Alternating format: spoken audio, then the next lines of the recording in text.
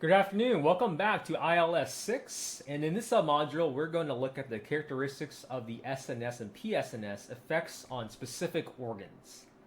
All right, folks, let's get started. Most of the viscera has dual intervention. That means it receives nerve fibers from both the sympathetic and the parasympathetic division. Sometimes these divisions can create either antagonistic, opposing, or cooperative, coming together effects on a single organ. When the parasympathetic and sympathetic division exerts this continual activity on an organ, we call that autonomic tone. The vasomotor tone represents the sympathetic ability to control the blood vessels, and the vagal tone represents the parasympathetic ability to regulate your heart rate. Let's take a look at some specific organ systems. So in the eyes, we have the pupillary opening and the lens. Underneath the sympathetic SNS division, when you excite it, it contracts the radial fibers of the iris to cause a dilation of the pupil. Dilation of pupil is also known as myidrasis.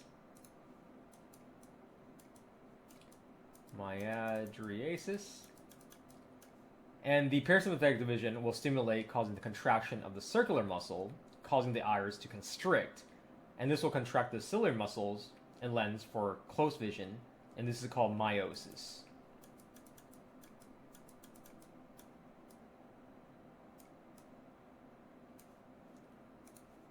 Let's take a look at glands. The nasal, lacrimal, salivary, and gastrointestinal glands. When the sympathetic activity is stimulated, it causes vasoconstriction of the blood vessels that supply these glands, and that causes a reduction in water. Because of that, it will then reduce the secretion. However, one exception is your beta-1 receptors, which is found inside your salivary gland, and this will increase salivation. Under parasympathetic stimulation, this will increase the quantities of the secretion, increasing the amount of SLUD. So it will increase the ability for all of the SLUD to take place. Salivation, lacrimation, urination, and defecation. The one exception is the sweat glands. The sympathetic division does stimulate this and create also large secretions. However, these fibers are cholinergic fibers, with the exception of some of them found inside your palms and your soles. Let's take a look at the heart. When the sympathetic division begins to stimulate your heart, it will increase the SA node's ability, the pacemaker called the sinoatrial node. It will also increase the AV node, the atrioventricular node, two nodes that control the speed of the heart. It also boosts up the overlapping of the proteins and therefore increasing the contractility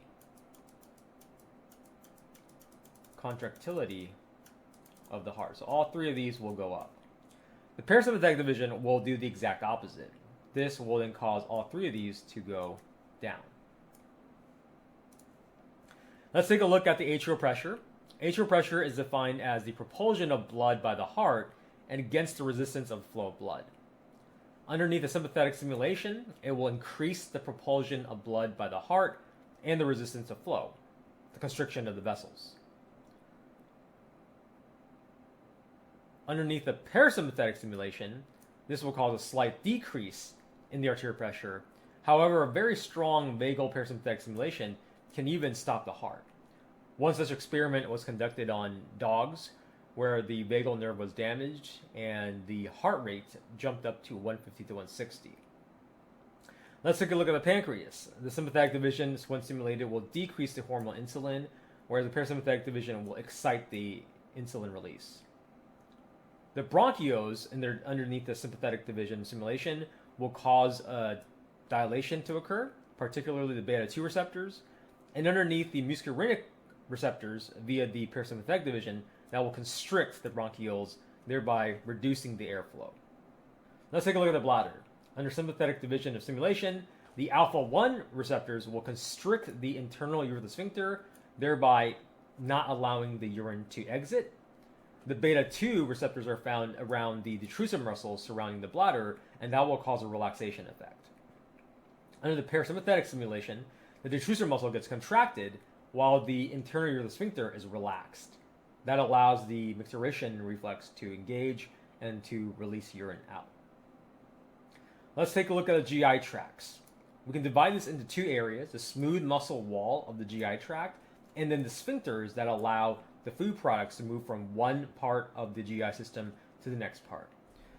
In the smooth muscle walls, the sympathetic division recruits the alpha 2 and beta 2 receptors, and that will cause relaxation to occur, whereas the parasympathetic division will cause the contraction of the smooth muscle wall. This allows movement of food.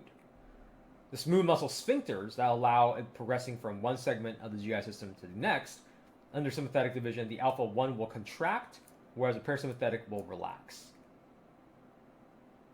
The alpha 1 will restrict the movement of the food, whereas the parasympathetic will allow the food to move from one end to the other end.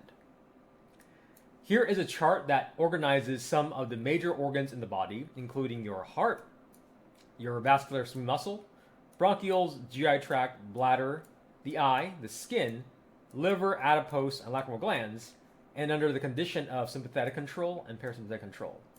The up arrow represents increasing and the down arrow represents decreasing. Use this to study and review some of these key areas of organs. Be mindful of some of these unique interactions, such as alpha 2 beta 2 found inside your smooth muscle wall, as well as alpha 1 beta 2 found in your liver.